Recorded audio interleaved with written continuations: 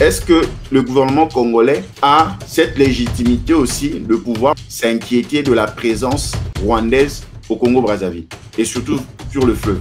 En réalité, vu notre rapprochement, le voisinage, si le Congo-Brazzaville a des terres à vendre, je crois que la République démocratique du Congo a aussi des moyens pour acheter ces terres-là. Pour pouvoir vraiment évaluer le travail de la première ministre et son gouvernement. Les gendarmes du gouvernement, c'est le Parlement. Et les gendarmes du directeur des cabinets, c'est le président de la République.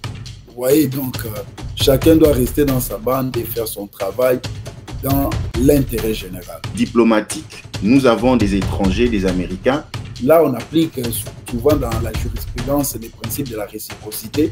Est-ce que nous n'avons pas aussi des détenus congolais dans ce pays-là que la République peut demander en échange des détenus d'autres États?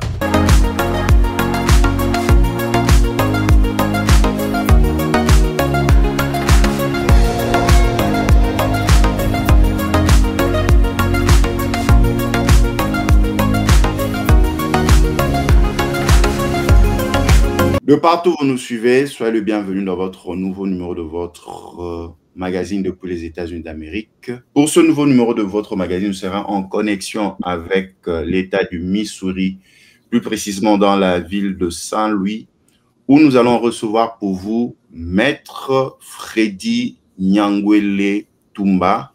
Il est avocat au barreau de Kinshasa Matete.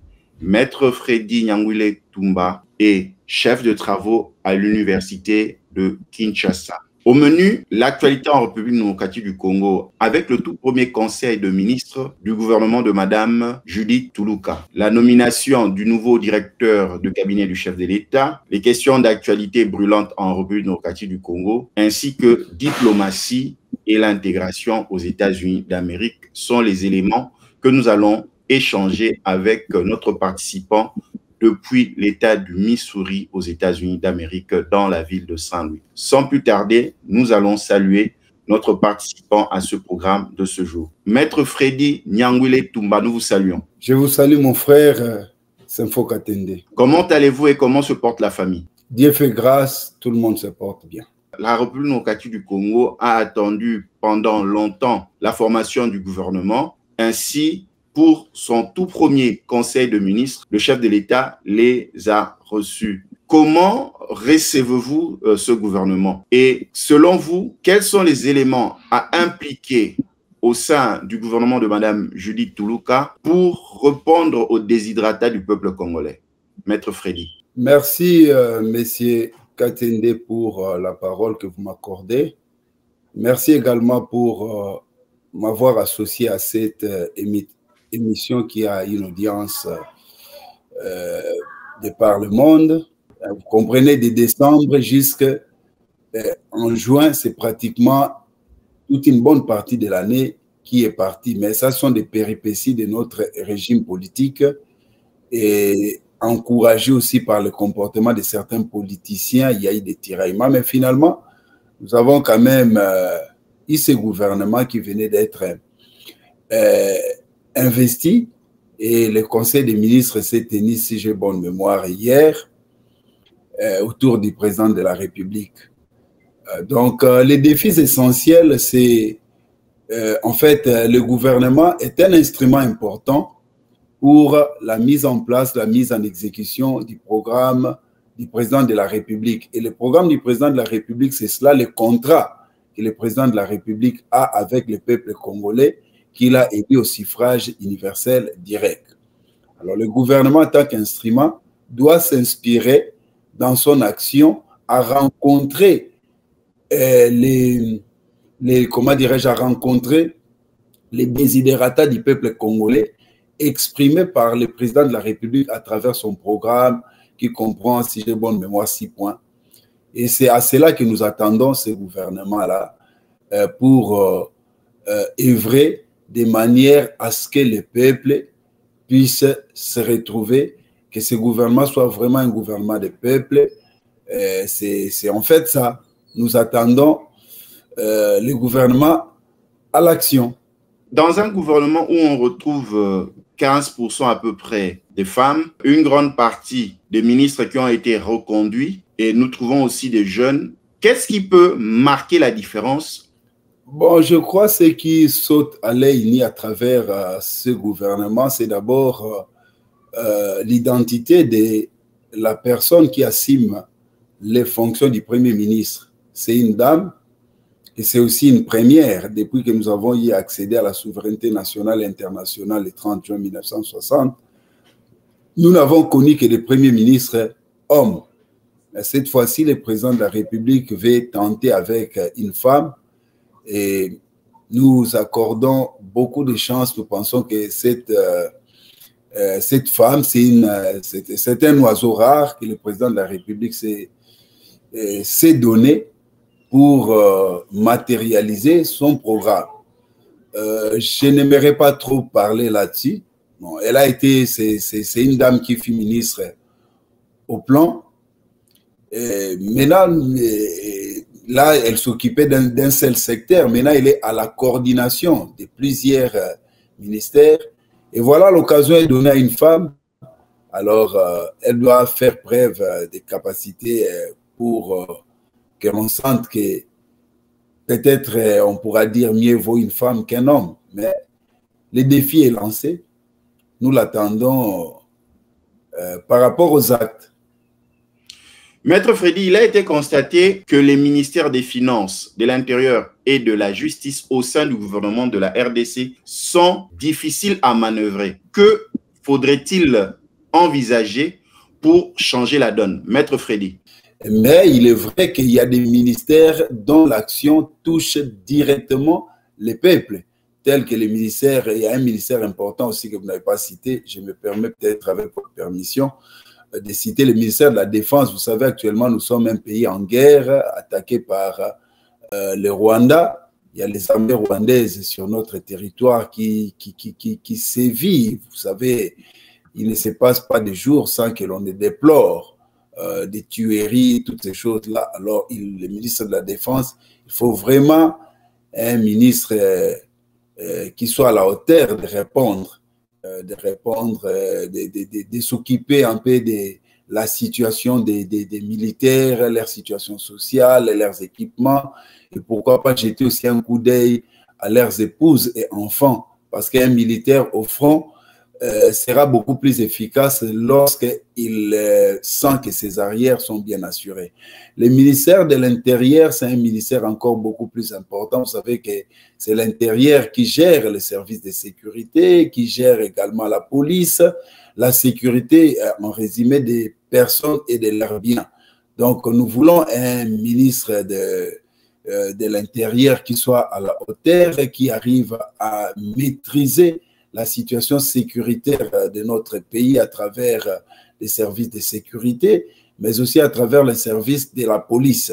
Donc, ça pourra aider lorsqu'on on arrivera au niveau où le peuple congolais, pendant la nuit, s'il rencontre un policier, il va vers les policiers au lieu de fuir les policiers, de prendre des chemins détournés, parce qu'au lieu d'être en face d'une sécurité, mais il se sent qu'en face d'un policier, il est en insécurité. Nous pensons que l'actuel ministre de l'Intérieur, M. Jacquemain Chabani, fera du bon travail. Alors, nous voulons vraiment un ministre de la Justice qui soit à la hauteur.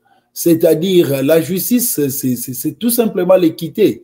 C'est-à-dire que c'est lui que la population vive dans la paix et que celui qui troublerait l'ordre public réponde de ses actes. Qu'il n'y ait pas des poids, des mesures, qu'il n'y ait pas une justice des forts et une justice des faibles, comme qui le dirait la loi du plus fort. C'est-à-dire que, comment dirais-je, la loi du plus fort est toujours la meilleure. Nous voulons quitter ce monde de l'arbitraire. Nous voulons être dans un monde apaisé où la justice est rendue dans les meilleures conditions. Vous voyez, où lorsqu'un Koulouna est arrêté, que l'on ne retrouve pas ce Koulouna le lendemain dans la rue en train de menacer encore la population, parce que là, ça ne marche pas. Nous voulons que lorsqu'un magistrat instruit un dossier d'un Koulouna qui est inculpé et dont la charge pèse et constatée par un jugement, que cette personne soit envoyée dans une prison, que la personne soit rééduquée, parce que c'est ça aussi le rôle de la prison. Mais nous ne voulons pas qu'on arrête les Koulouna, on les laisse. Nous ne voulons pas une population abandonnée à son triste sort. Les magistrats qui gardent les dossiers par devers plutôt par devers et pendant des périodes illimitées, alors que la loi est claire, lorsqu'une affaire est prise en délibéré, il y a un délai légal que la loi reconnaît à un magistrat pour se prononcer. Et s'il ne se prononce pas dans les délais, il faut qu'il y ait des sanctions. Donc, cette fois-ci, nous voulons vraiment une justice qui fonctionne. Ce sont les cours et tribunaux, mais sous les regards du ministre de la Justice. Je crois que ce sont des ministères qui ont un lien direct dont l'efficacité peut être rapidement ressentie au niveau de la population. Nous voulons que l'impunité puisse s'arrêter, que ceux qui détournent les deniers publics, quel que soit leur auteur, soient sanctionnés. De partout où vous nous suivez, nous sommes en connexion avec la ville de Saint-Louis, dans l'État du Missouri, aux États-Unis d'Amérique, où nous recevons pour vous Maître Fredin Nyangwile Toumba.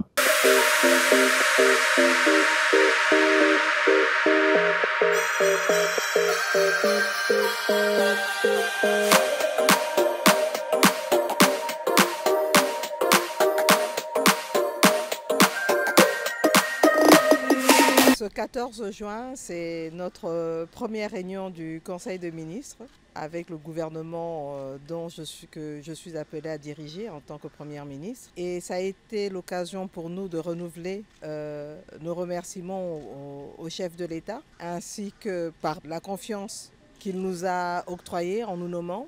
Mais en même temps, ça a été l'occasion de pouvoir présenter toute l'équipe gouvernementale à son Excellence, Monsieur le Président de la République, chef de l'État.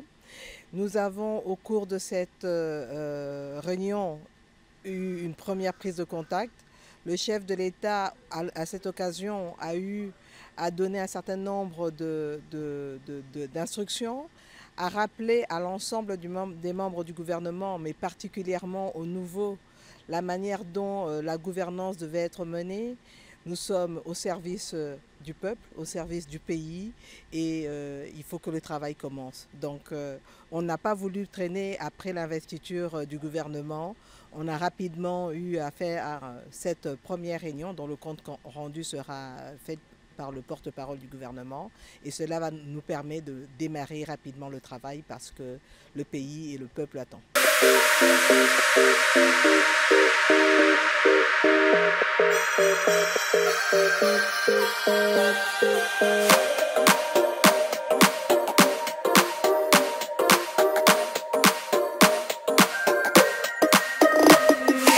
Le chef de l'État a un nouveau directeur de son cabinet, Anthony Kinzo, donc, qui était pendant longtemps directeur général de l'Agence nationale pour la promotion des investissements, proche collaborateur de l'apôtre Roland Dallot. Est-ce que, selon vous, c'est idéal de pouvoir avoir à un poste si stratégique une personnalité venant du monde des entreprises et des investissements dans le poste de directeur de cabinet sans pour autant peut-être être de la famille politique du chef de l'État? Qu'est-ce que vous en pensez?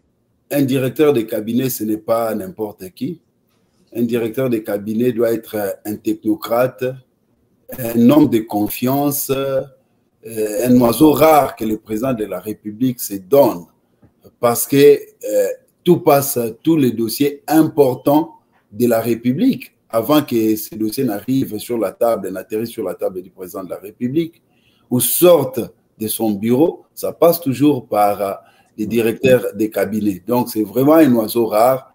Si vous voulez, si un président veut vraiment être à la hauteur du programme de ses engagements vis-à-vis de la population, il ne doit pas s'hasarder à placer n'importe qui comme directeur de cabinet. C'est vraiment un homme de confiance.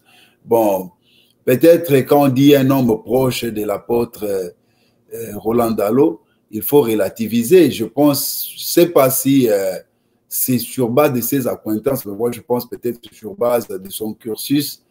S'il a un cursus normal, un cursus défendable, ça va. Bon, maintenant, la question est celle de savoir. Moi, je suis un peu les réseaux sociaux, l'opinion, tout ça. Il y a des gens qui jettent un peu les cris sur son identité, sur son appartenance politique, parce que le chef de l'État a une famille politique. Donc, il a un parti politique qui, ensemble avec la plateforme de l'Union sacrée qu'il a portée. Bon, je ne sais pas entrer en détail pour savoir si, sur le plan politique, quelle est en fait l'appartenance de M. Anthony, qui est en politique, non pas seulement avec le président Tshisekedi, mais je crois que déjà à l'époque du président Kabila, il fut directeur de cabinet de l'actuel, je crois, vice-premier ministre, ministre Koko Samba. Donc, il a fait ses entrées en politique déjà à cette époque-là. Maintenant, il faut se poser la question, en tant que directeur de cabinet, quel a été son apport? Je ne sais pas. Et en tant que directeur général, nommé toujours par l'ancien régime, au niveau de l'Agence nationale de promotion des investissements, quel a été son apport? En tout cas, là, je garde encore, comment dirais-je, je garde encore mes inquiétudes parce qu'il a géré une agence importante chargée des investissements. Je sais que nous sommes un pays en guerre, mais je n'ai pas, oui, entendu un investissement important à partant de l'agence. Donc, même la promotion des investissements au niveau local, nous n'avons vraiment pas senti. Alors, je ne sais pas qu'est-ce qui a poussé le président de la République à jeter son dévolu sur lui. Lui-même, moi, je ne suis pas le président pour répondre à sa place, mais en tout cas, j'ai pu quand même émettre des inquiétudes si je regarde son passé, par où il est passé. En tout cas, je ne sais pas si son bilan, je crois que les choix à ces postes-là devraient être consécutifs à son bilan. Mais je crois que son bilan jusque-là semble être mitigé. Alors, je me réserve de donner une cote favorable, mais nous allons voir comment les choses vont devoir se passer. Pour ceux qui pensent toujours dans l'opinion que le chef de l'État s'est choisi un premier ministre parallèle ou bis pour pouvoir vraiment évaluer le travail de la première ministre et son gouvernement, vu l'expérience, vu le background de Anthony Kinzo. Qu'est-ce que vous en pensez? Bon, je vous ai dit, le bilan d'Anthony Kinzo, jusque-là, à mon entendement, il est mitigé, là où il est passé. Quand il était directeur, il est vrai qu'il est resté longtemps directeur des cabinets du ministre des budgets de l'époque. Bon, quels étaient les résultats? Le pays était toujours ce qu'il est. Et il vient de gérer à la tête, parce qu'à l'époque, il fut directeur des cabinets, il y avait un ministre. Et après cela, il a été à la tête d'un service important chargé des investissements en tant que directeur général. Les bilans de la NAPI, y a-t-il eu des investissements? Je me pose la question. Alors, quand on dit qu'il serait un premier ministre bis, je n'aimerais pas que, bon, mon entendement, je n'aimerais pas qu'on tombe dans ces pièges-là, parce qu'un premier ministre reste un premier ministre et un directeur de cabinet reste un directeur de cabinet. Mais l'élément le plus important ou le point commun de toutes ces autorités, c'est autour de la compétence. Donc, il faut un premier ministre qui soit compétent pour la mission qui lui est confiée en tant que chef du gouvernement. Et il faut aussi un directeur de cabinet compétent pour gérer les services de la présidence, l'agenda du président, les entrées, les sorties et tout cela. Donc, ce sont des autorités avec des missions précises. Et nous, juristes en droit, nous disons les compétences sont d'attribution et ne s'improvisent pas. Les compétences du Premier ministre, de la Première ministre actuellement, sont les compétences qui lui reviennent et son action sera jugée par rapport au champ des compétences qui lui sont reconnues. Et les directeurs des cabinets aussi, son action sera évaluée par rapport au champ des compétences. Il ne faut pas que l'on se donne cette liberté de dire un premier ministre bis. Donc, dans ces cas, ça serait une sorte de légèreté où un président de la République se donne un premier ministre, nomme un premier ministre qui n'est pas à la hauteur, et pour dire que je peux corriger son inefficacité à travers mon directeur de cabinet. Alors là, on ne gère pas la chose publique de cette façon-là. Il faut un premier ministre qui réponde aux critères, un premier ministre qui soit compétent, parce que cette compétence doit être prouvée à travers les pouvoirs qui lui sont reconnus, et lesquels pouvoirs sont différents des pouvoirs qui sont reconnus à un directeur de cabinet. Les gendarmes du gouvernement, c'est le Parlement. Et les gendarmes du directeur de cabinet, c'est le président de la République. Vous voyez, donc, chacun doit rester dans sa bande et faire son travail dans l'intérêt général. Maître, nous allons passer à une page insolite. Le recteur de l'université de Kinshasa aurait sanctionné des éminents professeurs qui se sont attelés d'aller faire porter la toge de professeur au président de l'Assemblée nationale dans son cabinet. Et selon vous, en tant qu'enseignant aussi à l'université, vous êtes chef de travaux à l'université de Kinshasa, quelle est votre analyse? Certaines soutiennent la démarche et d'autres pensent que le recteur pourrait être un peu jaloux du président de l'Assemblée nationale. Qu'est-ce que vous en pensez? Alors, il ne faut pas qu'il amène la confusion, qu'il amène l'amalgame. Vous voyez, c'est-à-dire que vous êtes professeur d'université et au professeur d'université, en ce que je sache, si le président de l'Assemblée nationale venait d'être nommé, donc il est encore professeur associé, parce que ça commence par là. Et il y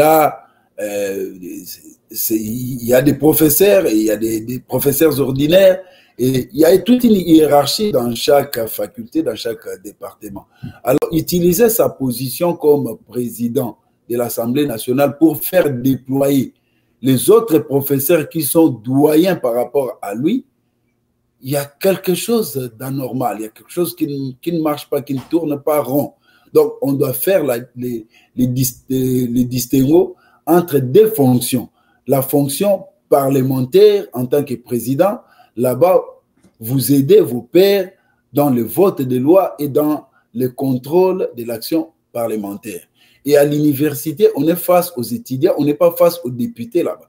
On est face aux étudiants, on enseigne, on dirige les travaux, on anime les conférences, on corrige les examens, on les organise et on les corrige et on transmet les codes à qui des droits au décanat.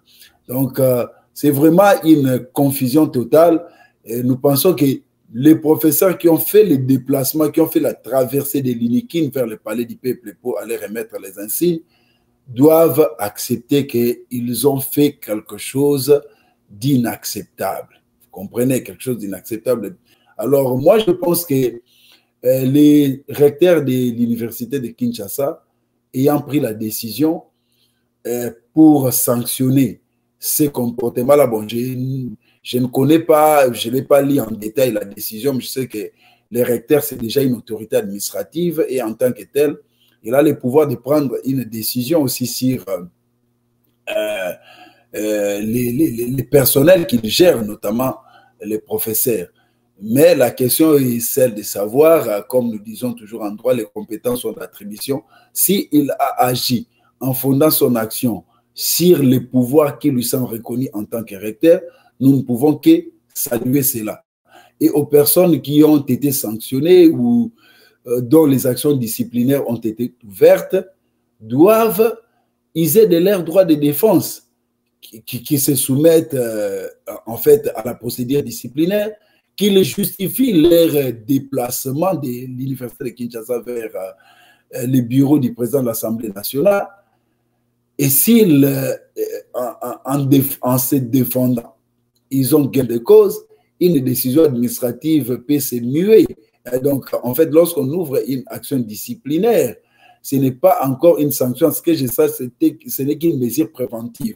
Donc, la suspension, c'est une mesure préventive et on les a soumis à une action disciplinaire. C'est à l'issue de l'action disciplinaire que l'on saura s'il y a une sanction, oui ou non. Donc, ils doivent accepter l'action disciplinaire, apporter leurs moyens de défense, justifier le mobile qui les a fait partie de l'Inikine vers le bureau du président de l'Assemblée nationale et justifier si par le passé il y a eu des cas pareils ou c'est un cas nouveau qu'ils peuvent justifier et nous tirerons les conséquences. Donc, le recteur, il ouvre une action disciplinaire, mais je crois que ce n'est pas lui qui va mener l'action disciplinaire. Il y a toujours un conseil de discipline qui va examiner les moyens de défense et à la fin, en fin de compte, ils vont proposer la sanction. Si les faits ne sont pas fondés, ils seront déchargés. Les suspensions qui ne sont que mesures, comment dirais-je, préventives, seront levées. Mais s'il s'avère qu'ils ont franchi les Rubicon de leur crime, ils doivent accepter la sanction et c'est en cela qu'ils vont donner aux étudiants l'image de marque qu'un professeur n'est pas tout puissant, mais un professeur, c'est un respectueux des lois, des règlements qui régissent l'activité professorale. De partout où nous suivez, nous recevons pour vous Maître Freddy Nyangwile Tumba depuis l'État du Missouri aux États-Unis d'Amérique dans la ville de Saint-Louis.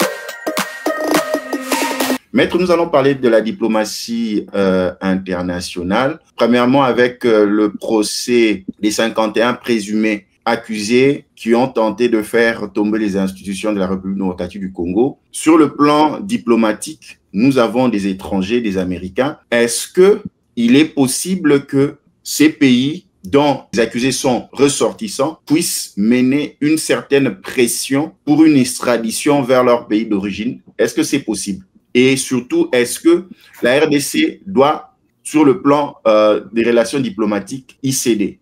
Mais là, par rapport aux sujets américains qui sont impliqués, pas seulement américains, parce qu'il y a aussi des sujets, je crois, britanniques et canadiens, et il faut relever une chose, c'est que les représentations diplomatiques de ces États en République démocratique du Congo ont une mission, comme aussi nous, Congolais, même aux États-Unis, nous avons une mission diplomatique de la RDC. La mission essentielle, c'est de protéger aussi, l'une des missions essentielles, c'est de veiller à la protection des sujets de l'État en question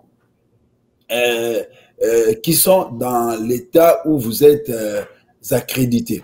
Donc, il est tout à fait normal que l'ambassadeur, madame l'ambassadrice des États-Unis d'Amérique, comme les autres ambassadeurs, s'impliquent pour s'assurer des conditions dans lesquelles leurs sujets ont été arrêtés, dans quelles conditions ils sont interrogés. Ça va de leurs droits.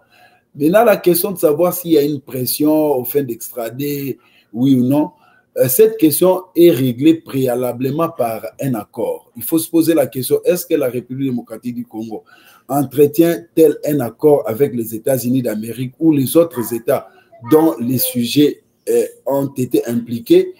Ont-ils des accords préalables d'extradition? Parce que tout doit se jouer à ce niveau-là.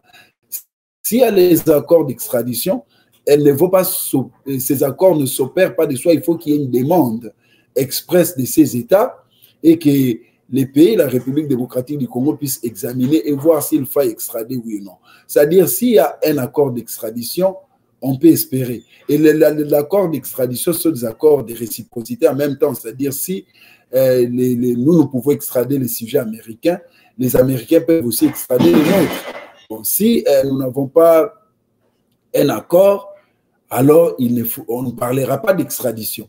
Évidemment, ces États pourraient user de la pression, user un peu de voies et moyens, mais nous pensons que la République démocratique du Congo, en tant qu'un État indépendant et souverain, va chercher à connaître sur le plan criminologique quelles sont les motivations. Parce qu'il faut connaître quel est le réseau, quelles sont les personnes qui ont concouru à cela, les auteurs, parce qu'on a les auteurs physiques, mais il y a aussi les auteurs intellectuels qu'on ne voit peut-être pas. Il faut qu'on arrive à scruter, à examiner, à voir, mais également s'il y a des personnes qui sont innocentes, que notre justice puisse aider. Et nous ne voulons pas une justice hâtive, nous voulons une justice équilibrée qui respecte le droit de la défense, parce que toutes ces personnes qui sont arrêtées sont jusqu'à présent présumées innocents. Il n'y a qu'un jugement. Un jugement coulé en force des choses jugées, c'est-à-dire un jugement qui n'est plus susceptible de voie de recours, qui peut cristalliser leurs sanctions s'il y en a. Mais aussi, nous tenons à relever qu'ayant été réussi au premier degré par le tribunal militaire de Kinshasa-Gombe, s'il y a une décision qui intervient, favorable ou non, le droit de recours sera reconnu devant la cour devant la cour militaire, et puis la cour militaire peut également confirmer ou infirmer certaines décisions qui seront prises. Et s'il y a des personnes qui ne sont toujours pas d'accord, elles peuvent se pourvoir jusqu'au niveau de la haute cour en cassation. Donc les voies de recours sont garanties, mais pour revenir à votre question, s'il y a pression, je ne sais pas. Donc, la question de voir ces gens étrangers aller soit être jugés, soit purger leur peine dans leurs États, dépendent des accords préalables d'extradition qui doivent exister entre la RDC et ces États-là. S'il n'y a pas un accord, on peut voir s'il y a possibilité de négocier. Mais s'il faille négocier, là, on applique souvent dans la jurisprudence les principes de la réciprocité. Est-ce que nous n'avons pas aussi des détenus congolais dans ce pays-là que la République peut demander en échange des détenus d'autres États? Mais pour le moment, nous laissons les tribunaux militaires faire son travail, et nous avons aussi apprécié l'attitude de ces représentations diplomatiques qui, sans enfreindre, viennent s'assurer que les ressortissants de leur pays sont jugés dans les bonnes conditions et que les droits de la défense soient garantis. Et nous allons voir comment ça va devoir se passer. Nous ne voulons pas un procès théâtral, nous voulons un procès équilibré où le droit est dit vraiment dans sa rigueur, et que les responsabilités soient établies, et que s'il y a des innocents, que ces innocents soient retirés du procès ou soient en fait acquittés par un jugement en bonne et due forme. Ça fera relever aussi le niveau de notre démocratie sur le plan international. Le Congo-Brazzaville et la République démocratique du Congo, les relations sont en froid pour cause le Rwanda a acquis des terres pour 20 ans sur le littoral, et des sujets rwandais vont quitter le Rwanda pour vivre en face de la RDC au Congo-Brazzaville. Est-ce que le gouvernement congolais a cette légitimité aussi de pouvoir s'inquiéter de la présence rwandaise au Congo-Brazzaville et surtout sur le fleuve? Là, je vais vous répondre directement par la positive en disant oui. Vous savez, dans les relations internationales, il y a les relations de bon voisinage qui comptent pour beaucoup. Nous avons un voisin qui nous met mal à l'aise depuis un certain nombre de temps. Il faut compter le nombre de morts. Ce voisin-là, il est situé géographiquement vers l'est de notre pays. Après avoir tenté tout ce qu'il est en train de faire à l'est avec la présence des troupes rwandaises qui sont en train de sévir et de tuer les populations, lorsque nous voyons maintenant qu'il se déplace vers le Congo-Brazza, un peu plus vers la capitale, Kinshasa, pour acquérir des terres en face de nous, il est tout à fait normal que sur le plan diplomatique, la République démocratique du Congo, à travers ses autorités, puisse s'inquiéter. C'est tout à fait normal. Et même la République, c'est pas du Congo, doit des explications parce qu'il faut que cela soit traité dans un cadre normal. Il est tout à fait interdit qu'un État sert des bases arrières pour attaquer un autre État. Ça c'est condamnable, que ce soit par l'acte constitutif de l'UA, tout comme par la Charte des Nations Unies. Alors, c'est-à-dire, si en fait les Rwandais arrivaient à acquérir des terres au Congo-Brazzaville, pour nous, cela ne cache pas un besoin dans le chef peut-être du régime Kagame de se positionner pour continuer à faire du mal. Et le Congo-Brazza ne peut pas servir de relais à ces intentions belliqueuses. Et surtout que, en réalité, vu notre rapprochement, le voisinage, si le Congo-Brazzaville a des terres à vendre, je crois que la République démocratique du Congo a aussi des moyens pour acheter ces terres-là. La moindre des choses, c'était de les proposer s'ils sont en difficulté de couvrir leur budget. Ils n'avaient qu'à proposer à faire l'offre à l'État qui est plus proche pour acheter ces terres, plutôt que de faire déplacer quelqu'un de loin pour venir, alors que nous savons que les intentions de ces gens-là, de ces Rwandais-là, ne sont pas de bonnes intentions par rapport à notre pays. Donc, nous pensons que la diplomatie congolaise doit travailler de fond en comble pour que cette question-là soit réglée. Et s'il faut empêcher, nous savons que le Congo-Brazza, c'est aussi un pays indépendant et souverain, nous respectons leur souveraineté, mais ils ne peuvent pas se réfugier derrière la souveraineté pour être un danger, pour constituer, pour servir de tremplin à un pays qui a des intentions, qui développe des velléités expansionnistes pour attaquer la République démocratique du Congo. Donc, c'est de bons droits et nous encourageons que sur le plan diplomatique, que la République démocratique du Congo ne néglige pas cet aspect des choses. Il faut vraiment il faut empêcher l'acquisition des terres. Et nous disons que la meilleure façon d'empêcher cette acquisition des terres, c'est d'acheter, si le Congo-Brazza a des espaces à vendre parce qu'il a besoin de moyens, qu'il vende ça à la République démocratique du Congo, qui est un voisin doux, un voisin gentil, qui n'a pas de vision dans le sens de déranger la quiétude des peuples frères dans tous les pays limitrophes. Nous comptons 9 pays limitrophes et je n'ai jamais vu la République démocratique du Congo développer les ambitions d'aller attaquer un peuple, mais nous avons quand même le droit à la légitime défense lorsque nous sommes attaqués par des voisins immédiats. On doit réagir et c'est ce que la République démocratique du Congo est en train de faire. Mais nous invitons vraiment les gouvernements, Judith, de faire un effort, de doubler les efforts. Et j'ai fait un appel particulier au ministre, au vice-premier ministre, ministre de la Défense, qui est un frère, une personne que je connais, avec qui nous avons des relations personnelles. Je connais ses capacités de faire des sommiers pour aider la République démocratique du Congo à bouter hors du territoire tout élément rwandais pour que la paix soit non seulement un slogan, mais une réalité dans la partie est de notre pays. De partout où vous nous suivez, vous êtes dans votre programme depuis les États-Unis d'Amérique où nous recevons pour vous Maître Freddy Nyangwile Tumba.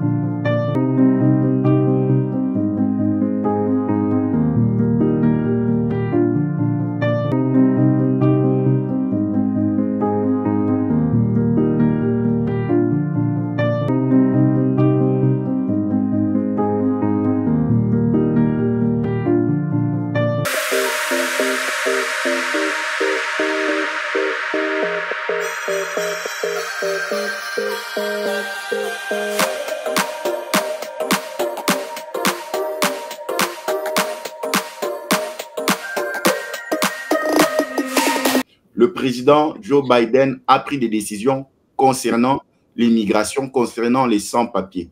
Vous qui vivez aux États-Unis d'Amérique, quels conseils pouvez-vous donner aux Africains francophones qui souhaitent s'établir aux États-Unis ou qui viennent fraîchement de s'établir aux États-Unis sur la manière de s'intégrer, sur la manière de vivre aux États-Unis d'Amérique en partant de votre expérience? Maître Freddy Nyangwile Toumba. Merci, M. Senfo-Katende, pour la question. Il est vrai que vous et moi, Congolais que nous sommes, nous vivons aux États-Unis d'Amérique comme notre seconde patrie, où nous y vivons avec épouse et enfants. Les challenges que nous avons, c'est de nous intégrer, évidemment, d'apprendre la langue, de faire avec, le travail et tout ça. Mais le problème de l'élection aux États-Unis, c'est un problème très, très important. Vous savez, les États-Unis, ce n'est pas n'importe quel pays. Les États-Unis, c'est la plus grande puissance du monde. Donc, les choix ou la présidence des États-Unis, selon qu'elle revient aux démocrates ou aux républicains, influence sensiblement la politique globale du monde. Vous voyez? Donc, nous savons la politique des démocrates et la politique des républicains avec leurs opposés, surtout sur le plan international, ça détermine beaucoup de choses. Vous savez, comme pour ne citer que la guerre en Ukraine actuellement, cette guerre est née pendant que les démocrates sont au pouvoir. Mais si jamais les démocrates arrivent à perdre le pouvoir et que les républicains arrivent à l'emporter, nous nous posons la question si cette guerre va-t-elle continuer ou pas. Je ne pense peut-être pas. Je pense que le soutien que les États-Unis apportent à cette guerre pourra s'arrêter quelque part et cette guerre pourra être jugulée autrement. Donc, ces élections sont importantes sur le plan mondial. Maintenant, s'il faut revenir par rapport à la question de l'immigration, évidemment, l'immigration est toujours tributaire également de ces champs-là entre les démocrates et les républicains. Les démocrates sont censés être réputés ceux qui ouvrent l'espace américain à plus de personnes, alors que les républicains ont tendance à rétrécir parce que les républicains, c'est plus America First, donc ils veulent l'Amérique aux Américains, alors que les démocrates élargissent un peu.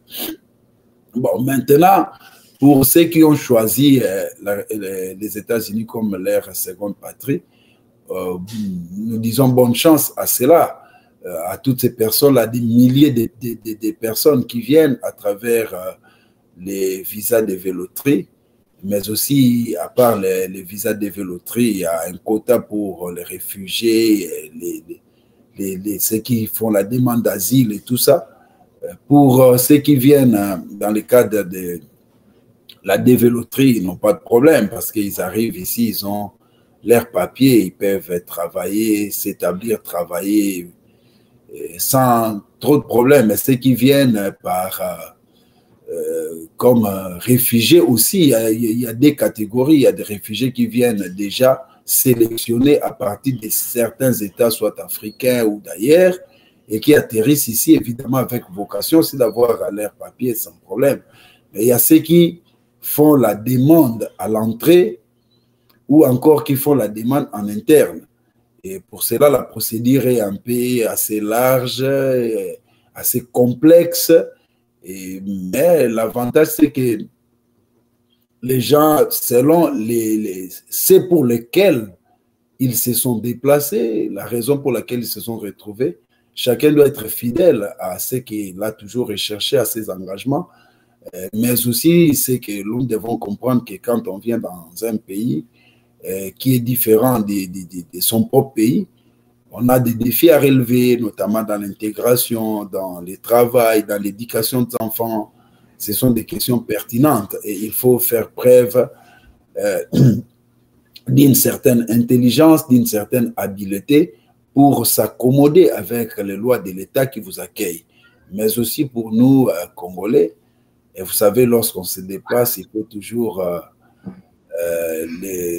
voir aussi l'arrière, l'arrière-plan.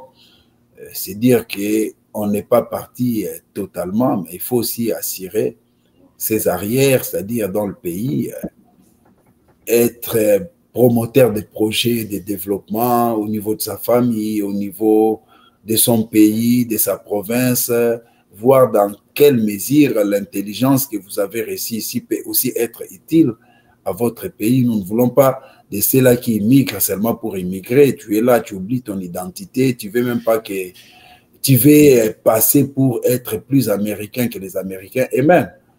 Donc, nous voulons des gens qui viennent, qui ont des objectifs, qui ont des idées, qui apprennent et qui finalement espèrent dupliquer les expériences des avancées, des développements vécus ici dans leur propre pays. Et je crois en ce moment-là, on parlerait d'une migration plutôt responsable et assise. Donc, c'est à cela que nous invitons nos patriotes qui sont ici, de s'intégrer, de travailler durement, de comprendre comment le système fonctionne, de prendre les bonnes choses de ces pays et de les dupliquer aussi chez nous, soit en s'y rendant personnellement ou à travers certains prolongements au niveau du pays. Maître Freddy Nyangwile Toumba, un grand merci. C'est plutôt moi qui vous remercie, M. Senfo-Katende. Ça a toujours été un réel plaisir chaque fois que vous m'invitez à contribuer à travers vos émissions, lesquelles émissions sont bien appréciées, bien présentées. Et nous vous encourageons à faire le travail. Vous êtes ici, mais vous faites le travail orienté vers le pays. Voilà, c'est le genre de compatriotes que nous voulons que vous envoyez. Un grand merci, maître, pour vos compliments. Merci. De partout où nous avez suivi, nous avons reçu pour vous maître Freddy Nyangwile Toumba depuis la ville de Saint-Louis dans l'état du Missouri aux États-Unis d'Amérique. Nous étions en connexion avec maître dans l'état du Texas à Dallas où nous avons échangé sur les questions d'actualité sur le plan national en République démocratique du Congo ainsi que des questions de diplomatie. De partout, vous avez suivi. Restez branchés à nos programmes. Que Dieu vous bénisse. À la prochaine. Ciao.